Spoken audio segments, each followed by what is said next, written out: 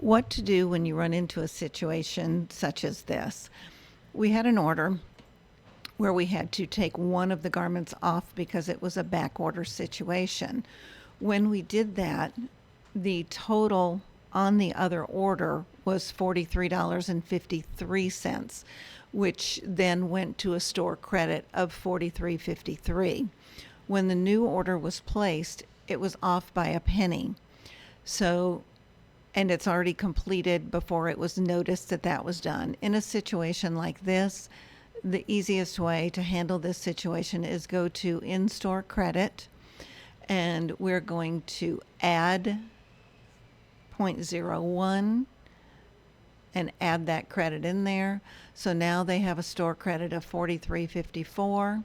We're going to go back to their order, and we are going to apply that credit to the order that it belongs with. So we go to enter payment and click in-store credit and submit that payment, and it is taken care of. Thank you for watching.